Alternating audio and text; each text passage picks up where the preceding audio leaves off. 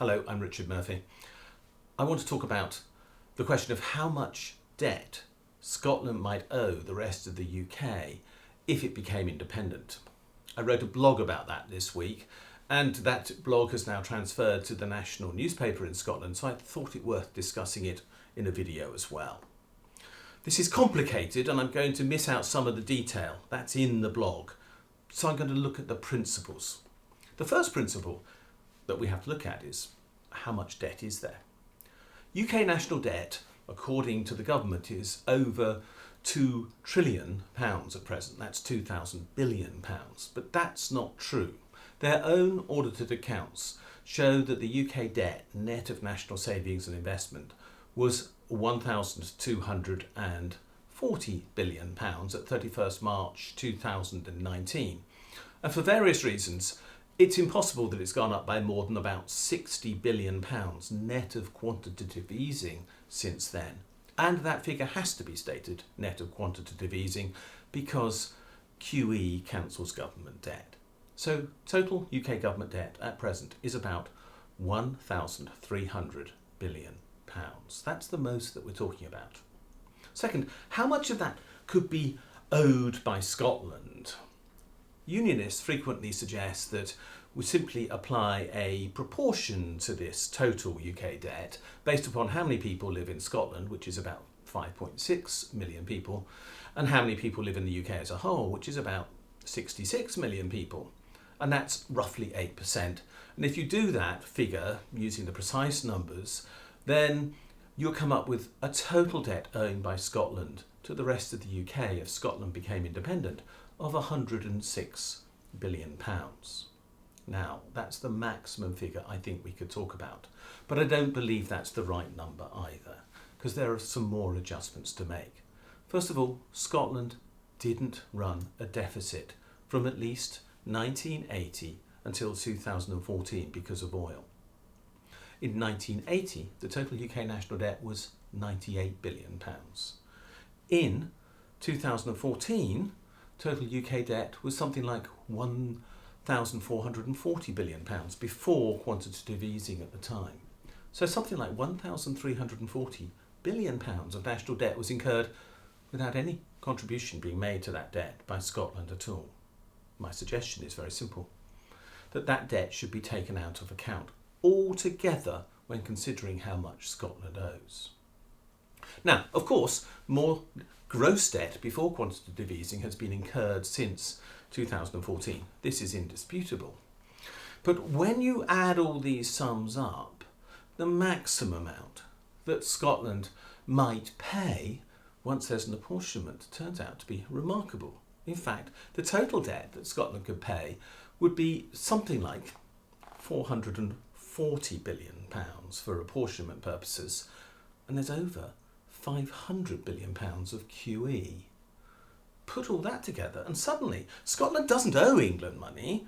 England would owe Scotland money if Scotland was to become independent. And I could make another adjustment yet again to that number, which would be to allow for the fact that there's interest included in the debt charge from 2014 to 2020, which Scotland shouldn't pay because it's being paid on interest accumulated not by Scotland but by the rest of the UK. Now, my argument then is actually something like 20 to 25 billion is in fact actually owed by the rest of the UK to Scotland at present. Once we adjust for the real debt number, apportion it correctly, taking oil into account, and allowing for appropriate and not inappropriate interest charges. There's another dimension to this. Even if none of those adjustments were agreed, let's suppose that the oil adjustment wasn't agreed, the interest adjustment wasn't agreed. We could even argue about QE, although I have absolutely no idea why. There's still another factor to take into account here, and that is that the split between Scotland and the rest of the UK, if Scotland became independent, would be governed by international law. And international law says that in these situations, one part of the old combined country is considered to be the continuing state, and one is considered to be the new state. Now, there's no doubt that England, Wales and Northern Ireland would be the continuing state in this situation. England will want this because that guarantees their seat in the United Nations Security Council, it guarantees the continuity of all their international agreements, and so on. That will happen. And as the UK agreed in 2014, before the Scottish referendum, in that situation, Scotland would literally owe none of the UK's debt at the time of separation. Legally, that debt would have to be owed by the rest of the UK, England, Wales and Northern Ireland. But what that means is that if there's to be a discussion about Scotland making a contribution for debt, it's not a legal obligation because there would be nothing legally owing. It would be what is called a compensation payment for the costs that England and Wales and Northern Ireland would incur as a result of Scotland leaving. Now, is England repaying national debt? The simple answer is no, it isn't. Since 1945, the UK as a whole has borrowed 1,740 billion or so pounds in total. It's gone up a bit, perhaps, since I did that calculation, but it'll do for now. Out of that total, less than 40 billion pounds has been repaid. And in effect, nothing has been repaid for the last 19 or so years. In other words, England is simply not repaying its national debt now.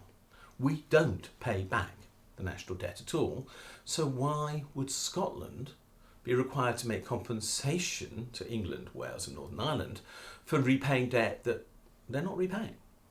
This is a simple concept on compensation payments. It's like making an insurance claim. You're not allowed to profit from an insurance claim. You're not allowed to profit from an accident claim if you were injured. You're only allowed to be put back in the position you were in. That's the legal concept. And if England, Wales and Northern Ireland aren't repaying their national debt, Scotland can't be asked to repay that national debt for them or to reimburse them for a cost they haven't got. In other words, so long as there is no English national debt repaid after Scotland becomes independent, Scotland won't have to pay a penny back for what is owing on the national debt, whatever the number I've already been discussing is. That leaves just one question left, and that is, would Scotland owe interest on this outstanding balance, which was probably never to be paid? Well, I think there is a reasonable claim to say that Scotland should pay on that. Now, of course, if England owes Scotland, that's another matter altogether. Would England be willing to pay Scotland? I'm not sure. But if we take the worst case example of Scotland owing 106 billion to England, and I stress that's the worst case example, and really I can't imagine that number arising, the maximum interest rate that England is now paying on its long-term national debt is 0.6%.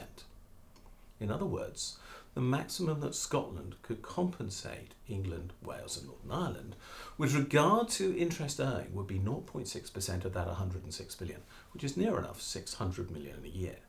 Now, 600 million pounds a year is a lot, but put this in the context of the Scottish national budget after independence, which is going to be something over 60 billion pounds a year, probably over 70 billion pounds a year.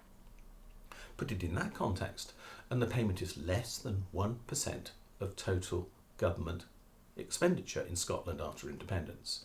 Compared to what the UK as a whole has been paying in recent years, where that figure has run up to 6, 7, and even 8%, this is a tiny obligation to pay. In other words, if Scotland became independent, two things would happen.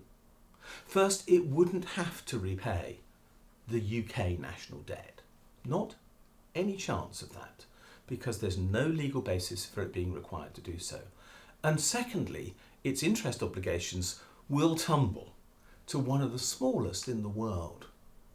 Scotland won't be burdened by debt if it becomes independent. Scotland will be liberated from debt by becoming independent. And there's nothing that England, Wales and Northern Ireland can do about that, because this has already legally been agreed that they will assume the responsibility for the full debt, and compensation basis of payment, as basically laid out in common law, would require that no more than this 600 million a year, or maybe a lot less, be paid.